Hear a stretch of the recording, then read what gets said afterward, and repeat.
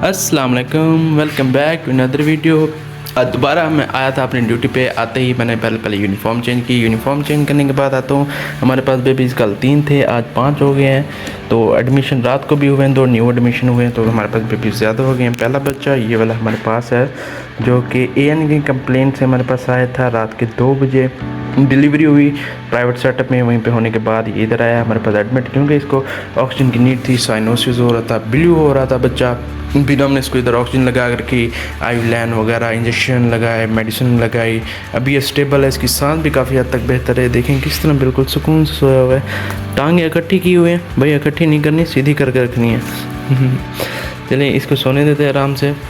और उसके बाद हमारे पास ये वाला प्रीवियस बेबी जो कि पुराना था, PPHN वाला, मैंने आपको पहले भी बताया था, कल वाली वीडियो में आपके साथ ये बात शेयर की थी कि पल्मोनरी हाइपरटेंशन है बेबी को। उसी कंप्लेन के साथ हमारे पास एडमिट हुआ था। कार्डिक मेडिसिन भी साथ साथ चल रही है इसको, साथ में इसको नमूनिया भी है, उसके लिए हम इसको नेबुलाइज भी करा रहे हैं, नेज़किल भी दे रहे हैं इसको। उसके बाद फिजियोथेरापी भी करा रहे हैं। उससे ये काफ़ी इम्प्रूवमेंट है। कल 2 लीटर पे थी, हमने 1 लीटर पे की थी, आज हम इसके हाफ लीटर करेंगे। इस तरह आहिस्ता आहिस्ता काम करते करते फिर इसकी एक टाइम आएगा कि बंद कर देंगे, फिर हम डिस्चार्ज देंगे। और इसकी फीडिंग की बात की जाए तो फीडिंग हम इसको 60 cc दे रहे हैं। 5 cc स्टार्ट की थी, अब 60 cc पे हम पहुंच गए हैं। तो काफ़ी हद तक ये स्टेबल है। होप करते हैं, उम्मीद करते हैं कि बहुत जल्दी रिकवर होकर अपने घर को जाए। इंशाल्लाह ये जाएगा भी। और ये वाला बच्चा भी हमारे पास कल आया था। देखें किस तरह पुरसकून होकर सोया हुआ है। इतना पुरसकून होकर सोया हुआ है जैसे घर में सोया हुआ है, लेकिन इसको नहीं पता हॉस्पिटल में RDS बेबी है, इसको 2-3 दिन लग जाएंगे। लेकिन फ़िलहाल अभी ग्रंटिंग हल्की हल्की सी है, ऊँगनी के बाद निकल रहा है, इसलिए हम इसको फीडिंग भी नहीं स्टार्ट कराएंगे। सुकून में है, सोया हुआ है, टांगे भी अपनी इकट्ठी की हुई हैं। टैग हम जो है बेबीज़ को लगा के रखते हैं ताकि पेशेंट भी सेटिस्फाइड रहें और बच्चा भी एक्सचेंज होने का ख़तरा ना हो, और हमें पता हो ये इसका बच्चा और ये उसका बच्चा है। MR नंबर इसके ऊपर और बच्चे का नाम जो होता है मेंशन होता है। NG हम लगा के रखते हैं ताकि स्टमक के अंदर कोई सेक्रेशंस वगैरह हों तो वो इसमें आ जाएँ, एस्पिरेट के चांसेस कम हो। वो सेक्रेशन मुंह के ज़रिए आए, फिर सांस लेने में तंगी हो, फिर वो सांस लेने नाली में चली जाए। इसलिए हम NG पास कर देते हैं ताकि जो भी सेक्रेशंस होंगी वो इस NG के अंदर आ जाएंगी। लेकिन कर रहा कहता हाँ ठीक है रहा हूँ। उसके बाद हमारे पास ये वाला बेबी कल छुट्टी के टाइम जो आ गया था, मैंने आपको बताया था छुट्टी होने वाली थी और आधा घंटा रहता ही था कि घर जाने की खुशी हो, उधर से न्यू पेशेंट। फिर मैंने डील किया था, आज काफ़ी हद तक बेहतर है। मैंने बताया था RDS से 3 दिन लग जाएंगे, 2 दिन भी लग सकते हैं। लेकिन फ़िलहाल अभी ऑक्सीजन फ्री के काबिल तो नहीं है, इसलिए ऑक्सीजन लगा के रखी हुई है हमने। सोया हुआ है, मेडिसिन वगैरह सारी हो गई है। फीडिंग हमने अभी इसकी स्टार्ट नहीं कराई, NPO रखा हुआ है। NPO रहेगा, देखिए मुंह खोल के दिखा रहे हैं हाँ मुझे फीडिंग चाहिए। लेकिन नहीं भाई, फीडिंग अभी नहीं मिलेगी, फीडिंग नहीं दे सकते। तो फ़िलहाल इसको NPO रखा हुआ है। हम अपने डॉक्टर्स का ऑर्डर का वेट करेंगे, जब वो कहेंगे फीडिंग का ऑक्सीजन ट्रायल फ्री देने का, फिर हम उसी हिसाब से चलेंगे। उसके बाद ये वाला बेबी हमारे पास HI2AN तो इसकी कंडीशन हमने इको कराई थी, PDA निकला है, उसके लिए हमने सिर्फ ब्रोफिन भी दी है। PDA के चांसेस होते हैं कि उससे बंद हो जाता है। तो कार्डिक इशू ज़्यादा तो नहीं है, लेकिन इसकी कंडीशन फ़िलहाल वैसी ही है कि उसकी रीज़न ये है कि इसके ट्रॉमा है इधर सर में ना, काफ़ी ज़्यादा हेमरेज है, ब्लीडिंग, इधर के ब्लड जमा हुआ पड़ा है, इस वजह से दिमाग पे सारी स्वेलिंग है, उस वजह से इसको फिट्स भी पड़ते हैं। कंडीशन इसकी इम्प्रूव अभी कहेंगे हो रही है, लेकिन नहीं ऐसा नहीं कह सकते क्योंकि कंडीशन अभी इम्प्रूव नहीं हो रही बच्चे की। उम्मीद है कि हो जाए जल्द से जल्द, लेकिन चांसेस इसके बहुत कम हैं। 50% इसके चांसेस हैं। हम पूरी कोशिश करेंगे ये ठीक होकर जाए। होप भी करते हैं, उम्मीद भी करते हैं, दुआ भी करते हैं। आप लोग भी दुआ किया करें, इन सब बच्चों के लिए आप लोगों ने दुआ करनी है कि जल्द से जल्द ठीक होकर घर जाएँ। वीडियो बनाने का मकसद यही होता है कि आपको बच्चे दिखाएं कितने प्यारे बच्चे होते हैं, और उनके लिए आप दुआ भी किया करें। आपकी दुआ के बदौलत जो है ना बच्चे यहाँ पे 3-4 दिन रहेंगे, इधर इंजेक्शन वगैरह लगवाएं ये वो, तो दुआ का काफ़ी ज़्यादा असर होता है। दुआ से जो है बच्चे रिकवर जल्दी हो जाते हैं। तो आप लोगों से रिक्वेस्ट है कि आप लोग इनके लिए दुआ किया करें। वीडियोस देखते हैं तो उसके साथ दुआ भी किया करें। ताकि ये बच्चे अपने घर को सही सलामत। हम भी दुआ करते हैं, इनके पेरेंट्स भी दुआ करते हैं, हम मेडिकेशन भी अच्छे तरीके से करते हैं ताकि जल्द से जल्द घर जाएँ। लेकिन इसकी मुझे ख़ुसूसन आपसे रिक्वेस्ट है कि इसके लिए दुआ ज़्यादा करें, क्योंकि इसकी कंडीशन इम्प्रूव नहीं हो रही इतनी ख़ास, और इसको टाइम भी काफ़ी लगेगा और इसके चांसेस भी कम हैं सर्वाइवल के। तो इसलिए आपसे रिक्वेस्ट है कि इसके लिए दुआ करें। मज़ीद अभी मैं इन बच्चों को देखता हूँ और पेपर वर्क करता हूँ। नेक्स्ट जैसे कोई बच्चा आता है या फिर कोई इस तरह का कोई क्रिएटिविटी होती है, फिर वो वीडियो बना के मैं इसके अंदर ऐड करूँगा। फिर थोड़े से वक्त के बाद फिर बनाता हूँ और वीडियो अभी के लिए रुकते हैं। तो फिर हुआ यूँ कि डॉक्टर साहब आए थे हमारे पास, फिर आते हैं ऑक्सीजन फ्री करवाते हैं इस बेबी को। पहला बेबी जो था उसको ऑक्सीजन फ्री करवाने के बाद जाते हैं, हमने इसको ऑब्ज़र्व किया। 1 घंटा पूरा ऑब्ज़र्व करने के बाद ऑक्सीजन वगैरह मेंटेन थी। फिर हम इसको फीडिंग स्टार्ट कराते हैं। फीडिंग स्टार्ट कराने के लिए शुएब को कहता हूँ जी आप बनाएं फीडर इसका, हम फीड इसको देते हैं। फिलहाल हम एनजी के ज़रिए फीड देंगे।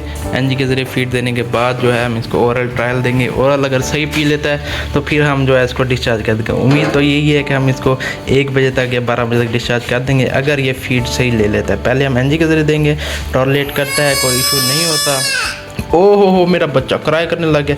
चलो कोई बात नहीं, कराए कर रहा है क्योंकि इसको भूख लगी हुई है। फिलहाल हम इसको दूध देंगे एनजी के ज़रिए। अगर ये टॉयलेट करता है, डाइजेस्ट सही करता है, फिर हम इसको ओरल देंगे। ओरल सही ले लेगा तो फिर हम जो है इसको डिस्चार्ज कर देंगे। अभी इसका डब्बा जो है खुल रहा है फीडिंग का, शुएब साहब खोल रहे हैं बड़ी मस्ती में, खुश हो गया। इसका मुँह में पानी आ रहा है कि मैं भी थोड़ा सा जो है ना पी लेता हूँ दूध। तो अभी इसको क्या कहते हैं एक और हम बनाएंगे जिसमें से 2 सीसी फिलहाल देंगे। 2 सीसी देने के बाद फिर हम इसको ओरल ट्रायल देंगे अगले 2 घंटे बाद। जब ये कराया करेगा, दूध मांगेगा कि हाँ जी मुझे दूध और चाहिए, 2 सीसी बिल्कुल कम था, फिर हम इसको ओरल ट्रायल देंगे। फ़िलहाल हम इसका बनाने लगे हैं दूध बनाने के लिए एक कौन सा हमने 30 ml पानी लेना होता है। 1 टीस्पून हमने इसमें डालना होता है, जो कि चम्मच इसके अंदर होता है वही वाला चम्मच, वो हम 1 डालेंगे। इसको अच्छी तरीके से शेक करके बनाएंगे। बनाने के बाद फिर हम देंगे, क्योंकि अच्छे तरीके से हमने शेक ना किया तो वो दाने दाने से बने रह जाते हैं, जो कि डाइजेस्ट होने में प्रॉब्लम करते हैं। ये देखें किस तरह से शुएब जो है कर रहा है, शेक कर रहा है। बिल्कुल अच्छे से करना शुएब, बिल्कुल अच्छे से। ओके चलो बस